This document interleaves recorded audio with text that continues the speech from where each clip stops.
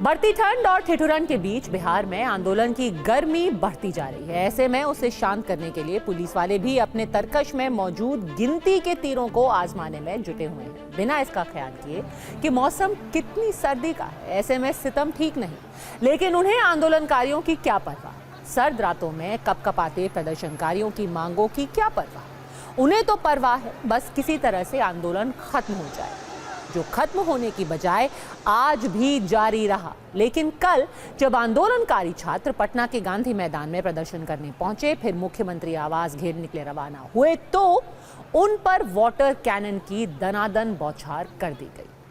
इससे भी प्रदर्शनकारी छात्र माने नहीं, मंजिल की तरफ आगे बढ़ने पर अडिग रहे तो पुलिस वालों ने दूसरा तरीका अपनाया और उन पर अंधाधुंध लाठी चार्ज शुरू कर दिया। ऐसे में बीपीएससी की 70वीं प्रीलिम्स दोबारा करवाने की मांग पर अड़े छात्रों ने भी साफ कर दिया कि चूंकि पुलिस ने पीटा बहुत है, आंदोलन पर हंटर चलाने के नाम पर सताया बहुत है, ऐसे में अब आंदोलन भी अंजाम तक पहुंचेगा। हालांकि इन सबके बीच छात्रों को समझाने बुझाने और बीच का रास्ता निकालने की कोशिश भी जारी है। एक तरफ बिहार के मुख्य सचिव अमृतलाल मीणा ने छात्रों के एक प्रतिनिधि मंडल से आज मुलाकात की, तो दूसरी तरफ राज्यपाल ने भी बीपीएससी के चेयरमैन परमार रवि मनु भाई को राजभवन तलब किया। प्रदर्शनकारी छात्र और मुख्य सचिव के बीच मुलाकात हुई। राज्यपाल से बीपीएससी के चेयरमैन भी आज जा करके मिले। बिहार में पहले से जमे जमाए नेता हो या फिर नए नए नेता, हर किसी के लिए छात्रों का आंदोलन एक अवसर सा बन गया है। ऐसे में एक तरफ आंदोलन में नेताओं की पैठ और घुसपैठ की कोशिश जारी है, तो दूसरी तरफ छात्रों के समर्थन में शहर शहर चक्का जाम वाला आंदोलन भी हो रहा है। बीपीएससी कैंडिडेट्स और प्रदर्शनकारियों के समर्थन में आज बिहार बंद का ऐलान किया गया। इस बंद के चलते आरा, समस्तीपुर, दरभंगा में सड़क जाम, चक्का जाम किया गया। इसकी वजह से कुछ घंटों के लिए ट्रेनों की आवाजाही पर भी असर पड़ा। एक तरफ है छात्र जो बीपीएससी की परीक्षा पूरी तरीके से रद्द करवाने की मांग पर अड़े हैं, और दूसरी तरफ है आयोग जो पूरी परीक्षा रद्द नहीं करना चाहता। इस फैसले पर वो कायम है। उनका कहना है कि आप सबूत दिखाइए कि पटना के अलावा कहीं पर भी कोई कोताही हुई हो, तब हम इसे मान भी सकते हैं। ऐसे में सवाल उठता है कि पूरा विवाद क्या है, आंदोलनकारी छात्रों की मांग क्या है। तो परीक्षा से पहले नॉर्मलाइजेशन को लेकर विवाद हुआ, वो विवाद तो खत्म हो गया, लेकिन 13 दिसंबर को परीक्षा के दिन पटना के बापू एग्जामिनेशन सेंटर पर एक नया बखेड़ा शुरू हो गया। कुछ छात्रों ने पेपर लीक समेत कई गड़बड़ियों के आरोप लगाए। इसी एग्जाम सेंटर पर एक स्टूडेंट को डीएम ने थप्पड़ जड़ दिया, जिसका वीडियो बेहद वायरल हो गया। हालांकि बाद में बापू परीक्षा केंद्र की परीक्षा रद्द कर दी गई, जो अब 4 जनवरी को होनी है। लेकिन छात्रों का कहना है कि सिर्फ एक सेंटर ही नहीं, बल्कि सभी 912 परीक्षा केंद्रों की परीक्षा रद्द कर दी जाए। इसी मांग को लेकर पटना के गर्दनीबाग इलाके में छात्रों का आंदोलन अब चल रहा है। इस आंदोलन में कभी प्रशांत किशोर तो कभी पप्पू यादव जैसे नेता शामिल होते रहे हैं। कल भी प्रशांत किशोर छात्रों के प्रदर्शन में गांधी मैदान पहुंचे। बताया जा रहा है कि उनका वादा छात्रों के साथ मुख्यमंत्री आवास तक चलने का था, लेकिन ये वादा पूरा नहीं हुआ, वो बीच से ही निकल गए। इस बीच प्रदर्शनकारियों पर पानी की बौछार और लाठीचार्ज हो गया। इसके बाद रात के वक्त प्रशांत किशोर वापस अपने दल बल के साथ गर्दनीबाग पहुंचे, तो बीच मझधार में छोड़ने के लिए कुछ छात्रों ने उन पर ही सवाल उठा दिए। ऐसे में पीके ने कुछ ऐसा कह दिया जिससे छात्रों का आक्रोश शांत होने की बजाय और भड़क गया और प्रशांत किशोर गो बैक के नारे लगने लगे।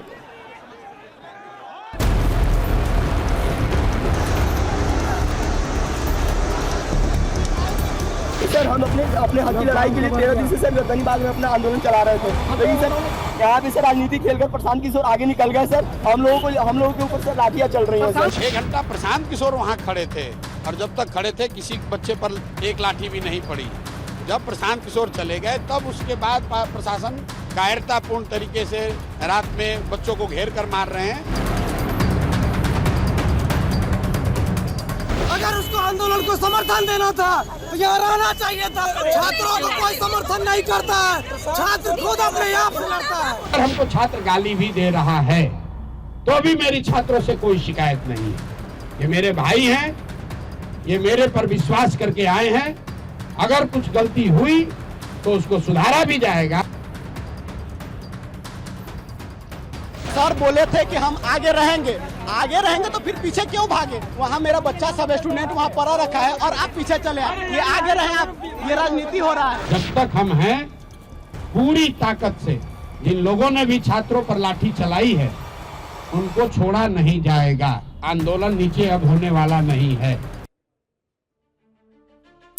अच्छा, बिहार में इस तरह के आंदोलन में सबसे कॉमन चेहरे पूर्णिया के निर्दलीय सांसद पप्पू यादव हैं। दावा तो हर कोई करता है कि उनका मकसद नेतागिरी चमकाना नहीं बल्कि आम आदमी का साथ देना है, लेकिन होता क्या है, इस पर 2 शब्द खर्च करना ही फिजूल है।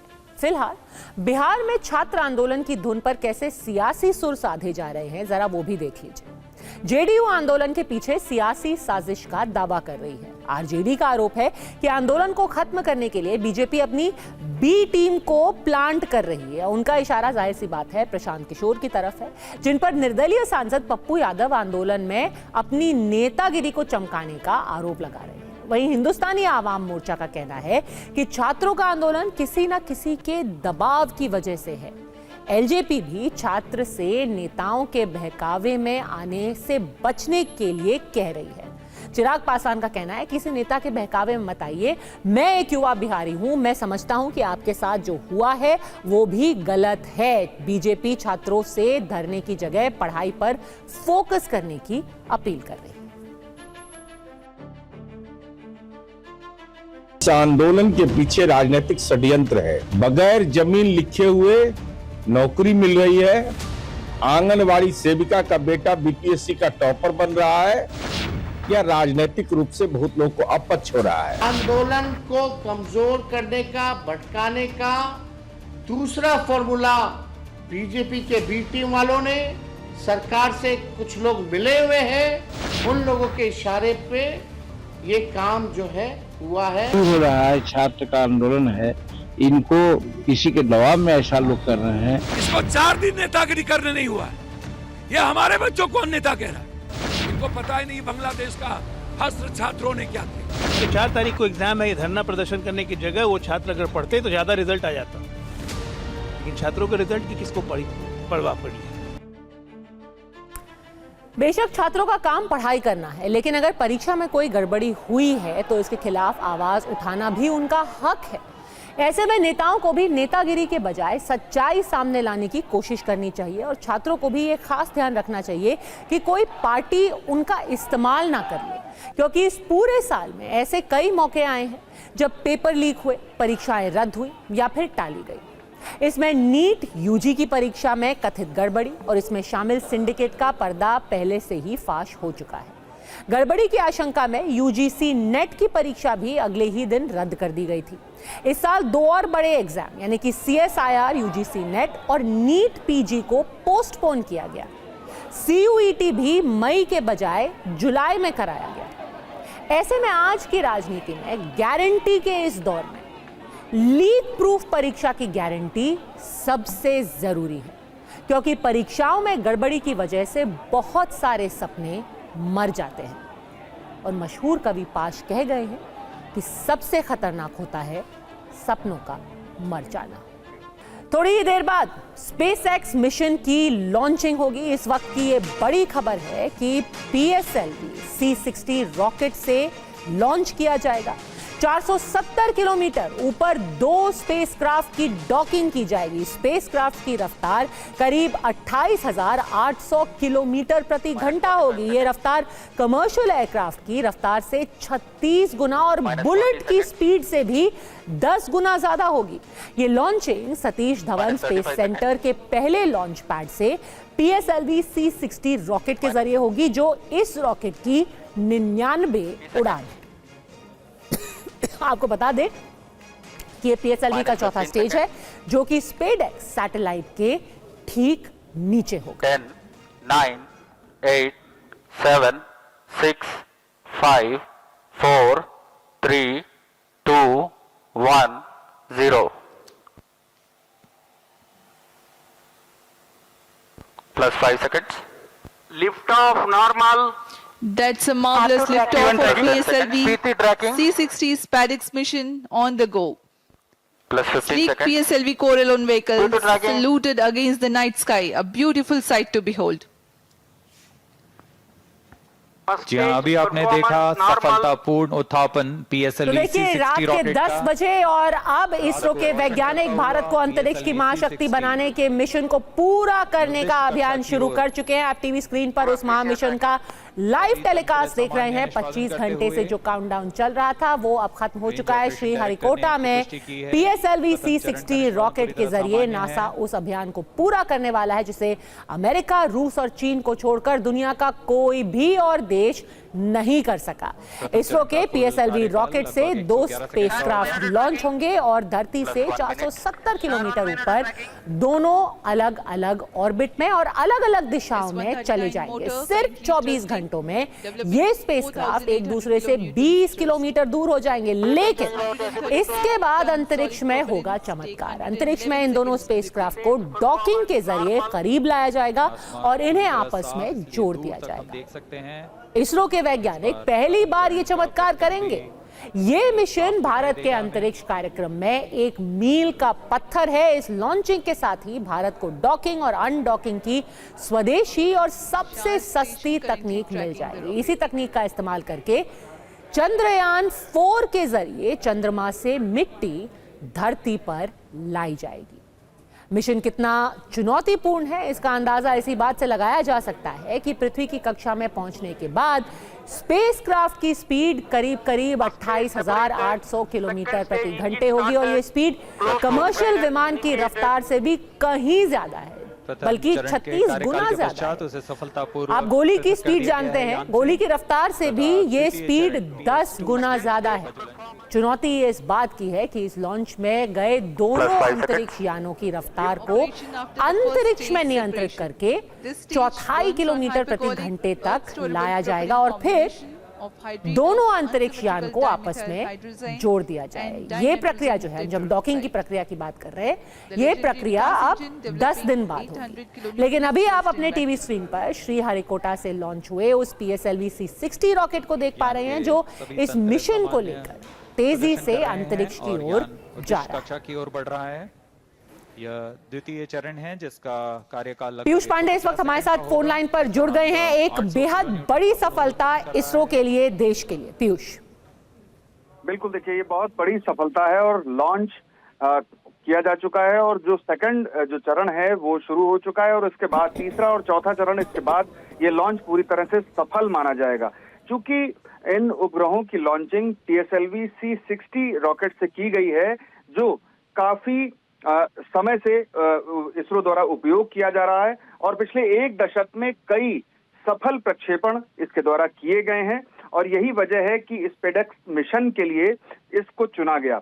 और अहम बात यह है कि स्पेडेक्स मिशन भारत को उन देशों के समूह में शामिल कर देगा जो अंतरिक्ष में डॉकिंग और अनडॉकिंग तकनीक को सफलतापूर्वक उपयोग में ला चुके हैं। अहम बात यह भी है कि इन उपग्रहों का मकसद अंतरिक्ष में जो डॉकिंग और अनडॉकिंग की तकनीक है उसको पूरी तरह से सफल परीक्षण करना, क्योंकि अभी तक भारत ने ऐसा नहीं किया था और वो चौथा देश बनेगा। क्योंकि अंतरिक्ष में स्पेस स्टेशन को स्थापित किया जाना है भारत द्वारा 2035 तक, तो ऐसी स्थिति में ये सारी जो तकनीक है वो भारत के पास होनी चाहिए और यही वजह है कि भारत ने ये प्रक्षेपण किया है और पीएसएलवी C60 रॉकेट के जरिए जो प्रक्षेपण किया गया है वो चौथे चरण की सफलता के बाद अगले 10 दिन बाद जो डॉकिंग और अनडॉकिंग की सिचुएशंस है उनको भी मैच करेगा और इसके बाद जब उसके प्रयोग किए जाएंगे, जबकि आप वहां पर स्पेस स्टेशन को स्थापित करेंगे और इसके अलावा जब भी जरूरत पड़ेगी डॉकिंग और अनडॉकिंग की, तब भारत खुद अपनी तकनीक का इस्तेमाल कर सकेगा। जी पीयूष, इसरो का ये महाप्रयोग है और ये भारत को, जैसे आपने बताया, अंतरिक्ष की महाशक्ति बनाने वाला है। सारी जानकारी के साथ हमसे जुड़ने के लिए आपका बहुत बहुत धन्यवाद। तो ठीक रात 10:15 पर इसरो के वैज्ञानिक भारतवर्ष को गर्व से भर देने वाला ये महाप्रयोग उन्होंने किया है। अब से सिर्फ 5 मिनट पहले भारत का पीएसएलवी रॉकेट 2 अलग अलग स्पेसक्राफ्ट को लेकर अंतरिक्ष में गया। अब धरती से 470 किलोमीटर ऊपर गोली की रफ्तार से भी तेजी से ये दोनों स्पेसक्राफ्ट पहले आपस में जुड़ेंगे और फिर दोनों अलग भी हो जाएंगे। इसरो के स्पेडेक्स मिशन ने भारत को दुनिया के उस सुपर पावर एलीट क्लब में अब ला खड़ा किया है जो अंतरिक्ष में स्पेसक्राफ्ट और सैटेलाइट की डॉकिंग और अनडॉकिंग कर सकते हैं। इसरो के वैज्ञानिकों का ये महाप्रयोग चंद्रयान 4 की नींव भी रख देगा। 5, 4, 3, 2, 1.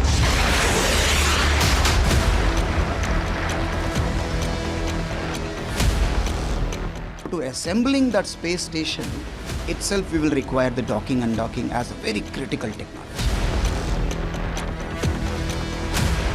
यही टेक्नोलॉजी से हम चंद्रमा से लूनार सैंपल्स यानी रेगोलिथ यानी कि जो वहाँ का मट्टी है उसे हम वापस पृथ्वी में ला सकते हैं। ये सिर्फ एक अंतरिक्ष मिशन नहीं है, ये भारतवर्ष के अंतरिक्ष में महाशक्ति बनने का विजय घोष है। रविवार रात 9 बजे अंतरिक्ष के एक महामिशन की 25 घंटे तक चलने वाली उल्टी गिनती शुरू हुई थी। 5, 4, 3, 2, 1। ठीक रात 10:15 पर कुछ इस तरह भारतीय अंतरिक्ष अनुसंधान संगठन यानी इसरो के PSLV C-60 रॉकेट ने 2 सैटेलाइट्स को लेकर उड़ान भरी। ये मिशन ऐतिहासिक है क्योंकि एक ही रॉकेट से अंतरिक्ष में पहुंचे 2 अलग अलग सैटेलाइट्स को आपस में जोड़ा और फिर अलग अलग किया जाएगा। 5, 4, 3, 2, 1, 0।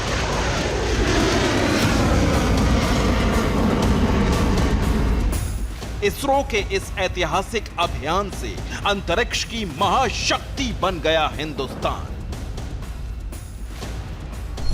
क्योंकि स्पेडेक्स की तकनीक अभी सिर्फ 3 देशों के पास थी, लेकिन रूस, अमेरिका और चीन के बाद भारत अब दुनिया का चौथा अंतरिक्ष डॉकिंग हासिल करने वाला देश बन गया है।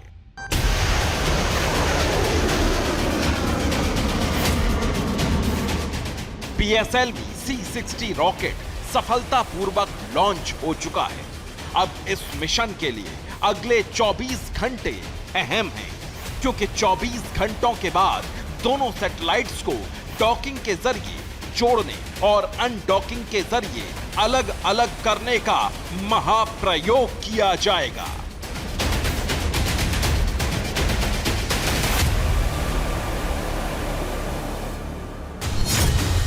डॉकिंग का मतलब होता है स्पेस में 2 अंतरिक्ष यानों यानी सैटेलाइट्स को जोड़ना, और अनडॉकिंग का मतलब है अंतरिक्ष में रहते हुए इन दोनों को अलग करना। डॉकिंग और अनडॉकिंग की प्रक्रिया कैसे होगी, इसे समझाने के लिए इसरो ने एक एनिमेशन वीडियो जारी किया है।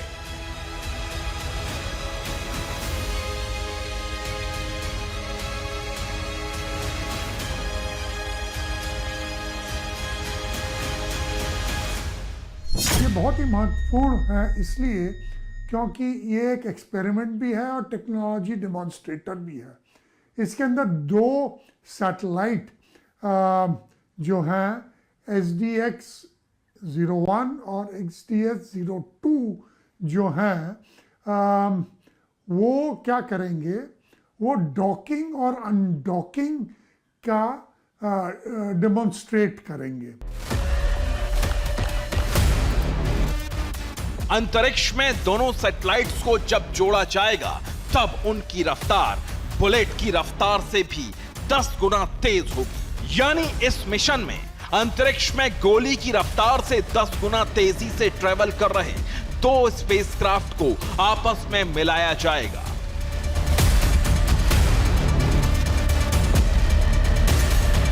इसलिए यह मिशन आसान नहीं है, लेकिन इसरो के वैज्ञानिकों की फुल प्रूफ तैयारियों ने इसे संभव कर दिया है। ये मिशन महत्वपूर्ण है क्योंकि इस मिशन की कामयाबी पर ही भारत का चंद्रयान 4 मिशन निर्भर है, जिसमें चंद्रमा की मिट्टी के सैंपल धरती पर लाए जाएंगे।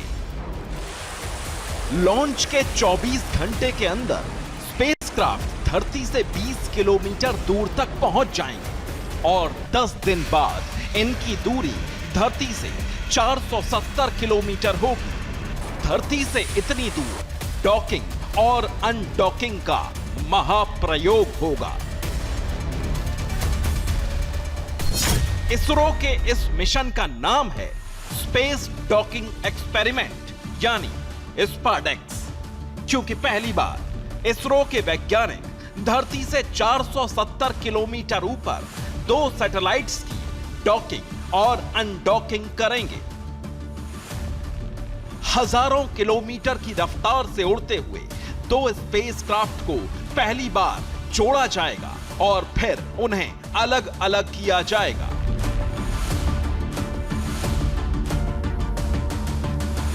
ये इसलिए अहम है क्योंकि भारत चाहता है कि हम एक स्पेस स्टेशन बनाएं, भारत अंतरिक्ष स्टेशन, और उससे पहले हमारा गगनयान जाएगा और वहाँ पर वैसे डॉकिंग का इतना वो नहीं होगा, लेकिन BHA में ज़रूर डॉकिंग की ज़रूरत पड़ेगी। और फिर यही टेक्नोलॉजी हम चंद्रयान 4 के लिए इस्तेमाल करेंगे। धरती से 470 किलोमीटर ऊपर अलग अलग सैटेलाइट्स को आपस में जोड़ना और फिर उन्हें अलग करना बेहद जटिल काम है। हालांकि इससे पहले अमेरिका, रूस और चीन ऐसा कर चुके हैं, लेकिन तीनों ही देशों ने इसकी जटिल तकनीक की बारीकियां किसी से शेयर नहीं की। इसलिए इसरो को अपना खुद का डॉकिंग मैकेनिज्म बनाना पड़ा और जब इसरो के वैज्ञानिकों ने यह सफलता हासिल कर ली तो अब दुनिया हैरान है, क्योंकि इसरो के वैज्ञानिक अमेरिका, रूस और चीन की स्पेस एजेंसियों के मुकाबले बेहद कम खर्चे पर इस मुश्किल मिशन को संभव करके दिखा रहे हैं। इसरो की तकनीक खास है, इसलिए इस डॉकिंग सिस्टम पर पेटेंट भी ले लिया गया है। स्पेडेक्स मिशन से इसरो के वैज्ञानिक पृथ्वी की निचली कक्षा में 2 छोटे स्पेसक्राफ्ट की डॉकिंग और अनडॉकिंग करके भारतवर्ष को रूस, अमेरिका और चीन के एलीट सुपर पावर क्लब में शामिल करवा देंगे। लेकिन 2 अलग अलग सैटेलाइट्स की सिर्फ डॉकिंग और अनडॉकिंग ही नहीं होगी। इसरो के वैज्ञानिक डॉक किए गए दोनों स्पेसक्राफ्ट के बीच इलेक्ट्रॉनिक पावर ट्रांसफर करने की नई और पूरी तरह स्वदेशी तकनीक भी दिखाएंगे। इस मिशन में 2 स्पेसक्राफ्ट शामिल हैं। एक का नाम है टारगेट और दूसरे का नाम है चेजर। दोनों का अलग अलग वजन 220 किलो है।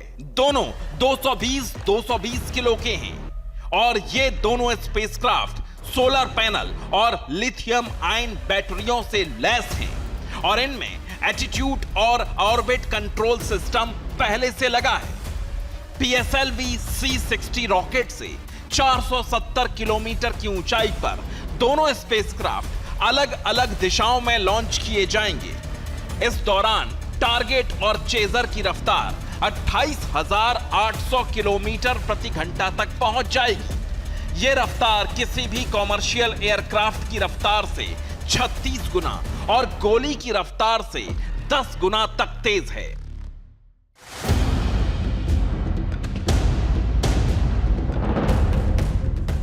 खास बात यह है कि इन दोनों स्पेसक्राफ्ट के बीच सीधा कम्युनिकेशन लिंक नहीं होगा। इन्हें इसरो के कमांड सेंटर से कमांड दी जाएगी।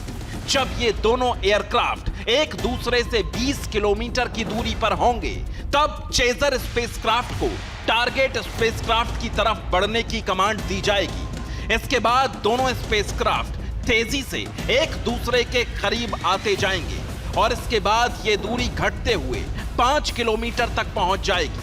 फिर 1.5 किलोमीटर होगी, इसके बाद 500 मीटर रह जाएगी।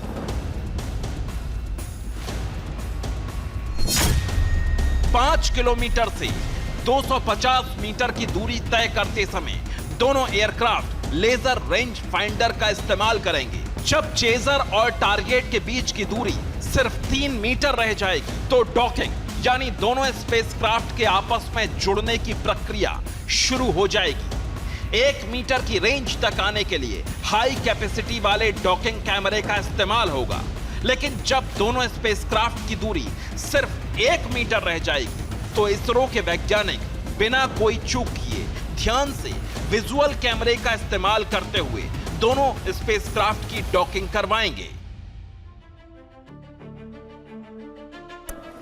भविष्य में इंसानों को अंतरिक्ष भेजने और इसरो के फ्यूचर प्लान के लिए अंतरिक्ष डॉकिंग प्रयोग बेहद जरूरी है। भविष्य में इसरो के कई बड़े मिशन की सफलता स्पेसएक्स पर ही निर्भर है। इसीलिए इस मिशन से पहले इसरो के वैज्ञानिक लॉन्च से पहले तिरुमला के स्वामी वेंकटेश्वर मंदिर भी पहुंचे और मिशन की सफलता के लिए वहां उन्होंने पूजा की।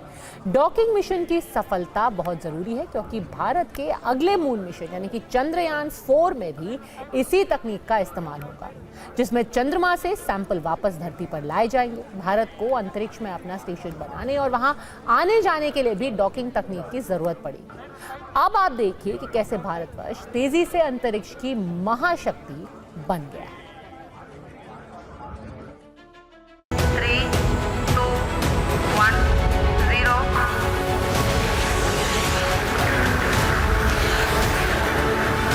Rocket carrying India's prestigious Chandrayaan 3 lander module पूरी तरह से सेफली और सॉफ्टली चंद्रमा की सतह पे लैंड हो चुका है।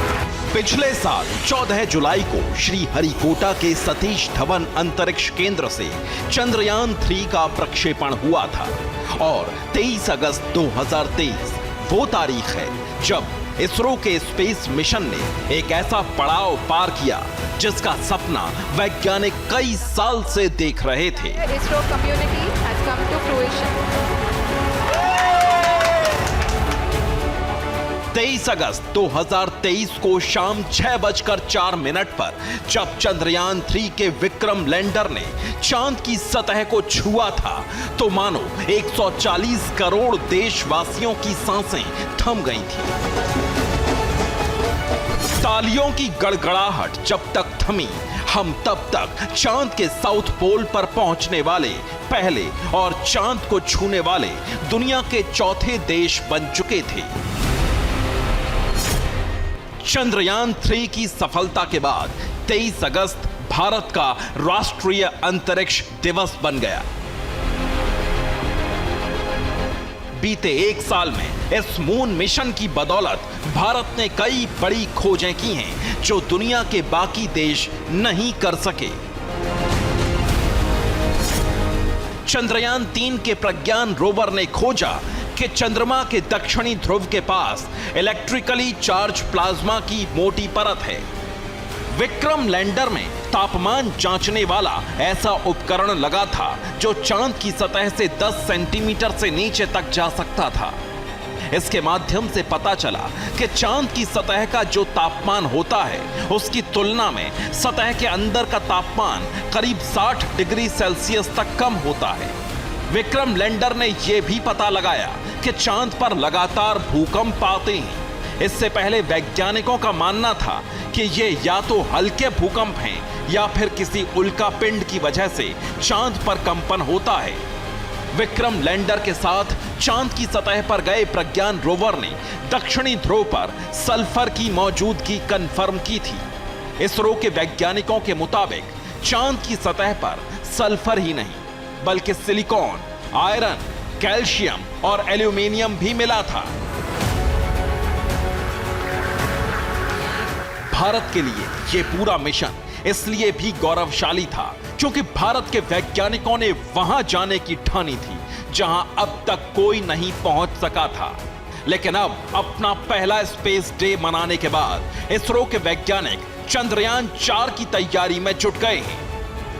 इसरो का डॉकिंग और अनडॉकिंग वाला महाप्रयोग चंद्रयान 4 मिशन के लिए जरूरी है।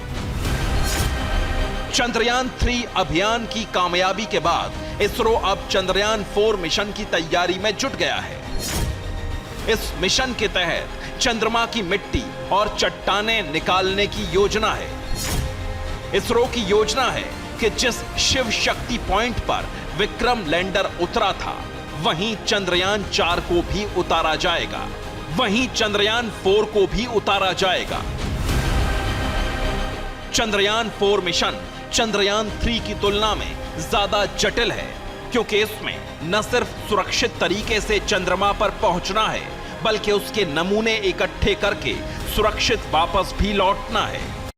और इस वक्त की बड़ी खबर, इसरो के स्पेडएक्स मिशन की सफल लॉन्चिंग तो हुई ही है। 2 सैटेलाइट की इसरो ने सफल लॉन्चिंग कर ली है। श्रीहरिकोटा से स्पेडएक्स की ये लॉन्चिंग हुई है और PSLV C60 से स्पेडएक्स को लॉन्च किया गया है। चंद्रयान और गगनयान मिशन में अब इससे चल के आगे मदद भी मिलेगी। C60 SpaceX mission on the go. और आपको बता दें कि पृथ्वी से 470 किलोमीटर ऊपर स्पेसक्राफ्ट की डॉकिंग की जाएगी। इसरो के स्पेडएक्स मिशन की ये सफल लॉन्चिंग है। SDX-01 और SDX-02 सैटेलाइट की सफल लॉन्चिंग की गई है। Short team was very quick in refurbishing the launch pad. Special thanks to them, and also to the teams in VSSC. We also had the movement of the fully integrated vehicle that is up to the PS4 stage from PIF to MST. So let me thank the SDSC and VSSC teams for making this possible. On this occasion, let me thank Chairman ISRO, who is a role model for all of us, and all the center directors. तो देखिए, आप इसरो के scientist को वहां सुन रहे थे, जिन्होंने कहा है कि ये लॉन्च जो है बेहद सफल रहा है, देश के लिए एक बड़ी उपलब्धि है। परवाह देश की में अब तीसरी खबर हम आपको दिखा रहे हैं, पाकिस्तान से जुड़ी हुई। पाकिस्तान और अफगानिस्तान के बीच जंग का एक नया फ्रंट खुल चुका है और पाकिस्तान के खिलाफ तालिबान ने अब खूनी जंग शुरू की है। ऐसी खबरें हैं कि तालिबान ने पाकिस्तान के अंदर घुसकर पाकिस्तानी सेना की कुछ चौकियों पर ही कब्जा कर लिया है और पाकिस्तानी सैनिकों को वहां भागने से मजबूर होना पड़ा। तो क्या तालिबान के लड़ाके अब काबुल की तरह इस्लामाबाद पर भी कब्जा करने के लिए तैयार हैं और क्या नए साल में पाकिस्तान का नक्शा ही बदलने जा रहा है?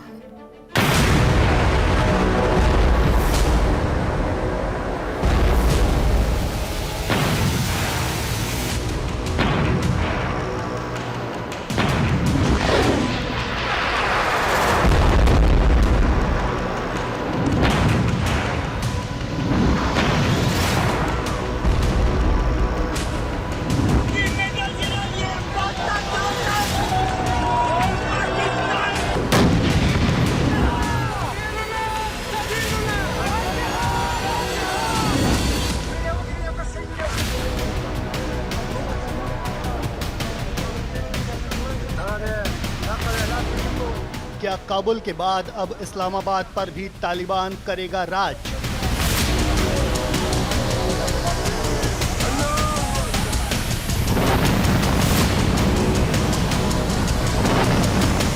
क्या तालिबान के साथ जंग के बाद पाकिस्तान का बदलेगा नक्शा?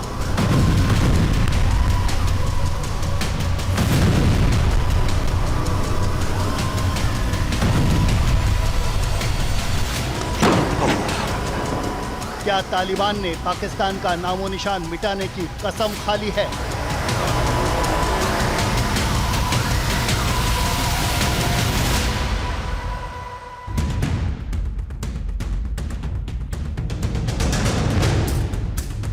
तालिबान लड़ाके पाकिस्तान के अंदर घुस चुके हैं। पाकिस्तान के अंदर अफगानिस्तान के साथ जंग को लेकर भय का माहौल है।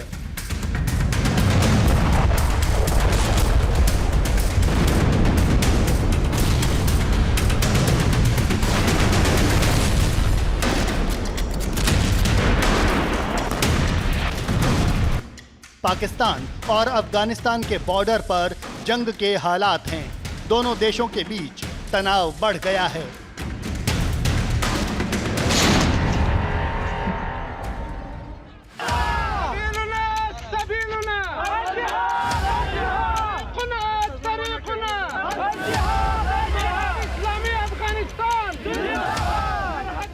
टीटीपी आतंकियों ने एक वीडियो जारी करके दावा किया है कि उन्होंने पाकिस्तानी सेना की चौकी पर कब्जा कर लिया है।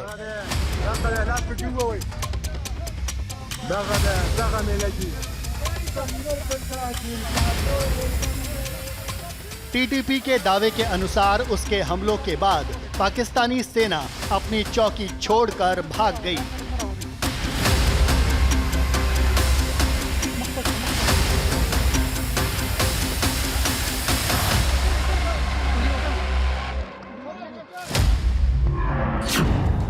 टीटीपी ने बताया कि उन्होंने बाजौर जिले में सलार जई तहसील में पाकिस्तानी सेना की चेक पोस्ट पर कब्जा किया। टीटीपी ने इस चौकी से पाकिस्तानी सेना का झंडा हटा दिया और अपना इस्लामिक झंडा लहरा दिया। पाकिस्तानी सेना ने दावा किया कि उसने जवाबी हमले में टीटीपी के 15 लड़ाके मार गिराए।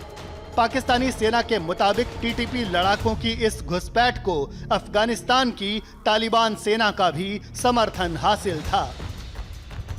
पाकिस्तान और अफगानिस्तान की तरफ से एक दूसरे पर हमलों के बाद इस एशियाई इलाके में खूनी जंग छिड़ने से पाकिस्तान के लोग काफी चिंता में हैं। पाकिस्तान में इस बात को लेकर टेंशन बढ़ती जा रही है कि अगर दोनों देशों के बीच जंग बढ़ती गई तो तालिबान काबुल की तरह ही इस्लामाबाद पर भी चढ़ाई कर सकता है। ड्यूरेंट लाइन बनाई है। अफगान लोग कहते हैं ये बॉर्डर नहीं है, ये तो सिर्फ एक लाइन है। उसको कभी ड्यूरेंट बॉर्डर नहीं कहते। वो मानते नहीं है कि उनकी सीमा है, बॉर्डर है पाकिस्तान के साथ। अफगानिस्तान के जो लोग हैं, पश्तून खासतौर, वो कहते हैं इस लाइन ने तो बांट दिया, हमारा कबीला उधर है, हमारे लोग इस तरफ हैं, हम इस लाइन को रिकॉग्नाइज नहीं करते।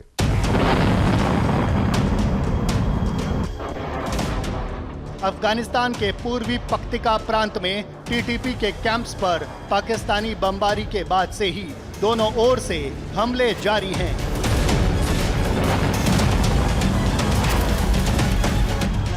तालिबान फोर्स ने साफ कहा है कि उसने कुछ दिन पहले अफगानिस्तान के पख्तिका प्रांत में पाकिस्तान के हवाई हमले का बदला ले लिया है।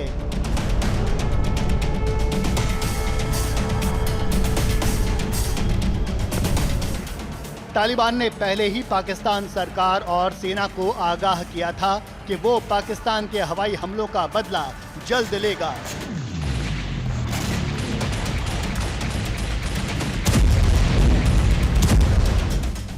इस बीच अफगानिस्तान के तालिबान लड़ाकों ने डूरंड लाइन क्रॉस कर पाकिस्तान में जमकर कहर बरपाया।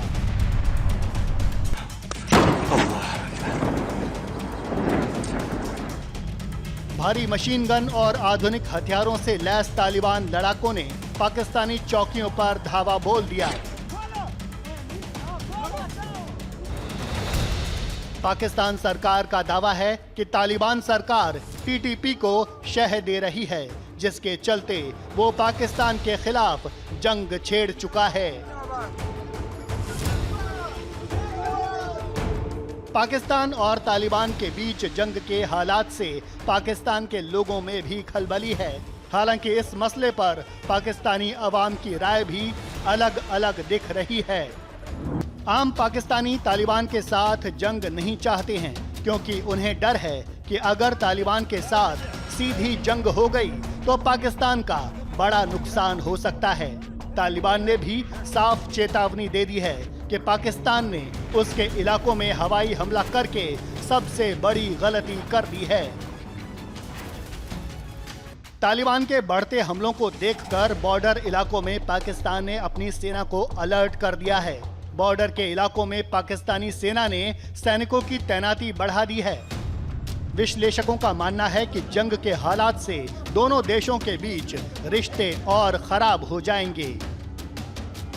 इनको ट्रेनिंग, जब ये तालिबान जा रहे थे अफगानिस्तान पर कब्जा करने, इनको ट्रेनिंग पाकिस्तान ने दी थी। फौज ऐसा करती है ना, तो जिसको ट्रेनिंग देते हैं विद्यार्थी, वो सब जानते हैं उस फौज के बारे में। मेरा ख्याल पाकिस्तान के 2 प्रोविंस, बलूचिस्तान और खैबर पख्तूनख्वा, उनको तो तकरीबन आजाद करा दिया, क्योंकि पाकिस्तानी फौज वहां से भाग गई है।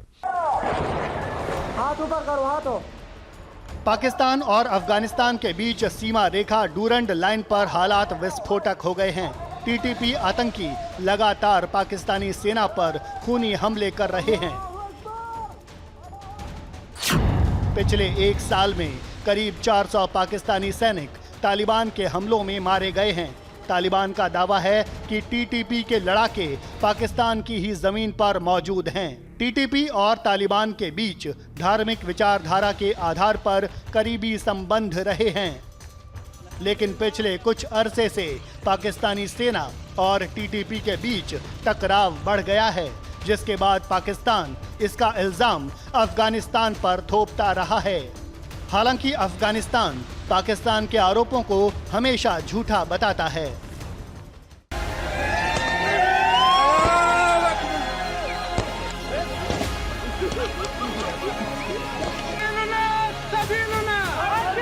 पाकिस्तान के साथ बढ़ते टकराव के बाद तालिबान ने पाकिस्तानी सेना पर सीमावर्ती इलाकों में हमले तेज कर दिए हैं। तालिबान के हमलों के बाद पाकिस्तानी सेना कई चौकियों से भाग खड़ी हुई। उन इलाकों में तालिबान समर्थक लोग उसके लड़ाकों का जोरदार स्वागत भी कर रहे हैं।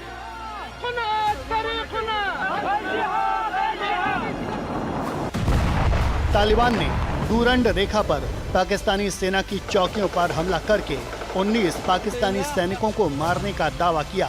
दोनों देशों के बीच बढ़ते तनाव की एक बड़ी वजह डूरंड लाइन है। अंग्रेजों द्वारा खींची गई डूरंड रेखा को अफगानिस्तान नहीं मानता है। अफगानिस्तान डूरंड लाइन को काल्पनिक रेखा बताता है। इसके चलते पाकिस्तान और अफगानिस्तान के बीच शुरुआत से ही हालात तनावपूर्ण बने हुए हैं।